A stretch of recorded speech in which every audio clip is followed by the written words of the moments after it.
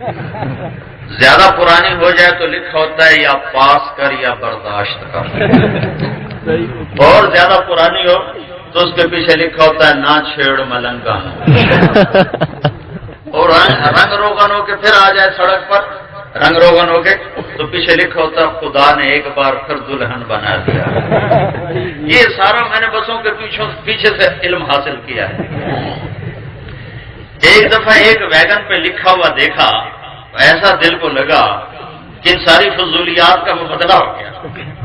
اس vegan کے پیچھے لکھا ہوا تھا دل برائے فروخت، دل برائے فروخت، نیچے لکھا ہوا تھا قیمت، قیمت، آگے لکھا تھا ایک میٹھا بول، ایک میٹھا بول۔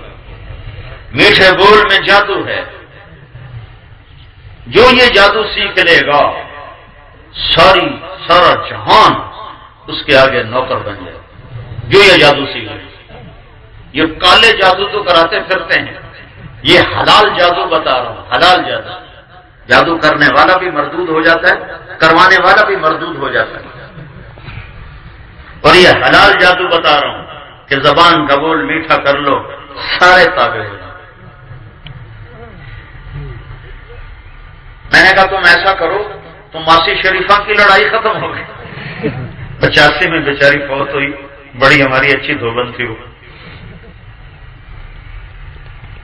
میں نے اس سے کہا تم ایسا کرو، جب کھانے پر بیٹھو تو 2-4 لقمے اپنی بیگم کو کھلا دینا اپنے ہاتھوں سے، تو انشاءاللہ تمہاری لڑائی ختم ہو جائے۔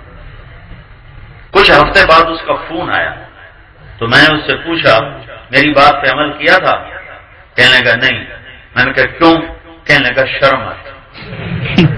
میں نے کہا لڑتے ہوئے شرم نہیں آتی؟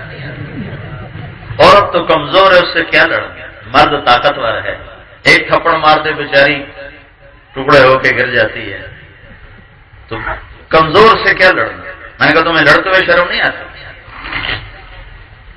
گاما پہلوان تھا، گاما رستم زمان لاہور کا تھا، اور اس کا بھائی تھا امام بخش رستم ہند۔ تو گامے نے ساری دنیا کا ٹائٹل جیتا تھا، تو اس کو بازار میں ایک دکاندار نے گلاس اٹھا کے مارا جو یہاں لگا، وہ خون نکل آیا، تو اس نے پگڑی کھول کے وہاں لپیٹ کر آگے چل لیا۔ تو لوگوں نے کہا پہلوان جی یہ تو ماڑا جا بندہ تم مار گیا، تھی ایک تھپڑ مارو جی جان نکل جائے۔ تو آپ نے اس کو کہا کیوں کچھ نہیں؟ کیوں نہیں کچھ کہا؟ تو گامے نے کہا کہ کمزور پہ ہاتھ اٹھاتے ہوئے شرم آتی، کمزور پہ ہاتھ اٹھاتے ہوئے شرم آتی۔ خیر 2 گھنٹے بعد اس نوجوان کا فون آیا، انہیں کہا جی مولوی صاحب قوم ہی بن گیا۔ میں نے کہا کیا ہوا؟ کہ میں نے جو یہ پہلا ہی لقمہ اس کے منہ میں ڈالا تو اس کا منہ کھلا ہی رہ گیا، ایسے کر کے مجھے دیکھنے لگی، کہنے لگی تو خود تو کر نہیں سکتا، تجھے یہ سبق کس نے پڑھایا؟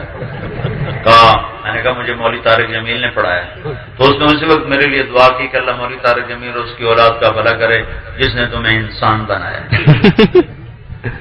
اپنے گھروں کو آباد کرو۔ تو میں نے اس سے یہ کہا تم 3 دن لگایا کرو۔ تو اس کا سوال یہ تھا کہ میں تو ناچتا ہوں، گاتا ہوں، میں کیسے تبلیغ کروں؟ میں نے کہا تم شروع کرو، انشاءاللہ یہ دوائی ہے، اللہ صحت دے گا، دوائی ہے۔ 6 سال کے اندر اندر اس کے گانے بھی چھوٹ گئے، ناچنا بھی چھوٹ گیا، اس کے 4 مہینے لگ گئے۔ مجھ سے بڑی اس کی داڑھی ہے، ساری دنیا میں تبلیغ کرتا پھرتا ہے، اللہ کا پیغام پہنچاتا پھرتا ہے۔ یہ تم ہر مہینے 3 دن کی نیت کر لو تو انشاءاللہ اللہ پوری زندگی بدل دے گا۔ نیت کرتے ہو سارے؟ انشاءاللہ۔ درود شریف۔ اللہم لک الحمد